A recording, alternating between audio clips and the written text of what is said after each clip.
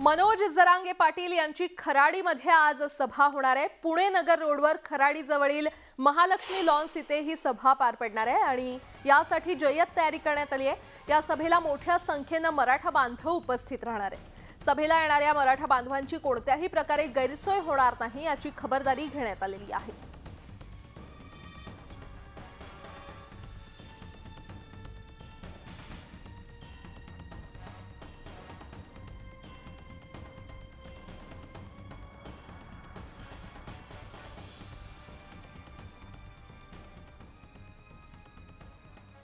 मनोज जरांगे पाटील यांनी देहूमध्ये मुख्य मंदिरात जाऊन विठ्ठल रुक्मिणीचं दर्शन घेतलेलं आहे आणि यावेळी त्यांनी संत तुकोबांच्या शिळा मंदिरात देखील दर्शन घेतलं आणि त्यानंतर सरकारला महाराजांच्या ओवींची त्यांनी आठवण करून दिली आहे। सरकारला सद्बुद्धी मिळो असं साकडंही त्यांनी यावेळी घातलं।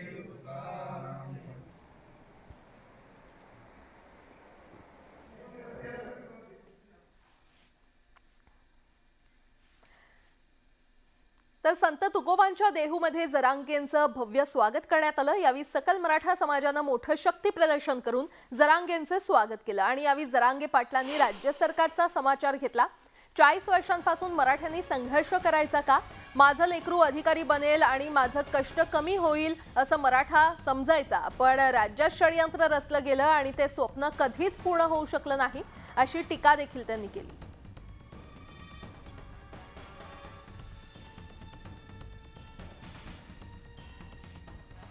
मराठा आरक्षणासाठी लढा देणाऱ्या मनोज जरांगे पाटील यांची कल्याणमध्ये सभा होणार आहे। सायंकाळी 5च्या सुमारास कल्याण पूर्वेच्या पोटे मैदानात जरांगे पाटलांची सभा होणार असून या सभेसाठी सकल मराठा समाजाकडून जोरदार तयारी करण्यात आली आहे। या मैदानात 12 ते 15 हजारांची प्रेक्षक क्षमता असून या सभेला ठाणे जिल्ह्यातूनच नाही तर मुंबई उपनगराच्या विविध कानाकोपऱ्यातून हजारोंच्या संख्येने मराठा बांधव उपस्थित राहण्याची शक्यता आहे। दरम्यान कायदा सुव्यवस्थेचा प्रश्न निर्माण होऊ नये यासाठी मोठा पोलीस बंदोबस्त देखील तैनात करण्यात आलेला आहे।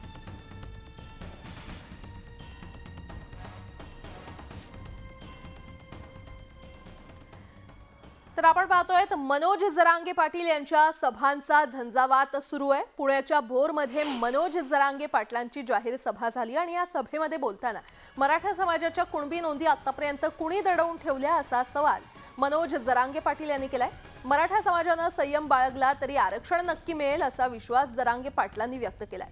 भुजबळांबाबत आदर संपल्याचं त्यांनी म्हटलंय आणि आरक्षणाआड कुणी आलं तर सोडणार नाही असा इशारा देखील जरांगे पाटलांनी दिलाय।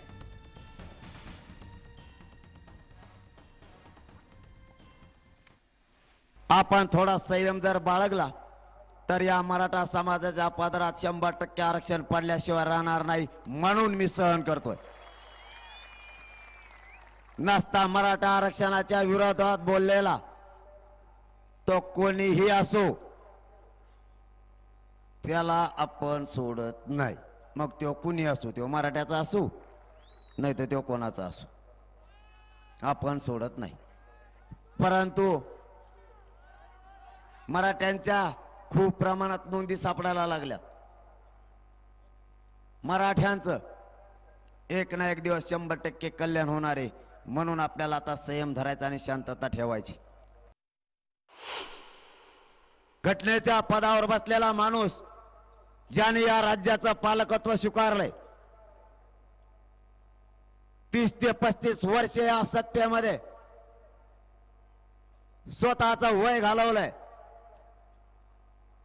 तो माणूस इतका विषारी बोलू शकतो आणि कायदाही पायदळी तुळू शकतो हे उभ्या राज्यानं परवा बघितलंय।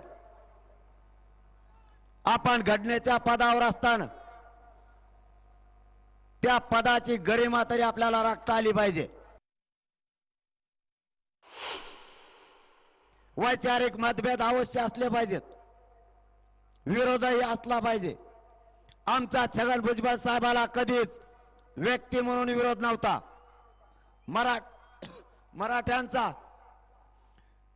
त्यांच्या विचाराला विरोध होता आणि तो मरेपर्यंत त्यांच्या विचाराला आमचा विरोध राहणार।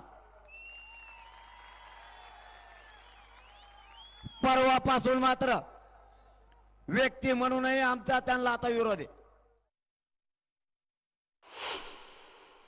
मराठा ओबीसी आरक्षणात आला हे पक्क यांच्या लक्षात आलंय.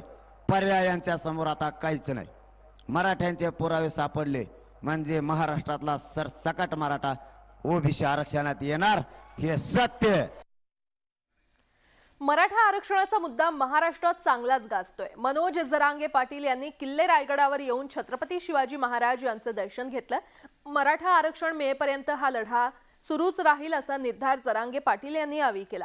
खोपोली या ठिकाणी जरांगे पाटील यांची सभा पार पडणार आहे आणि या सभेपूर्वी स्वराज्याची राजधानी असलेल्या किल्ले रायगडावर जाऊन जरांगे पाटील हे शिवछत्रपतींच्या चरणी नतमस्तक झाले. मनोज जरांगे पाटील यांचं छत्रपती शिवरायांच्या रायगडावरून दर्शन घेऊन आल्यानंतर नाना दरवाजा इथे आमदार भरत गोगावले यांनी स्वागत केलं.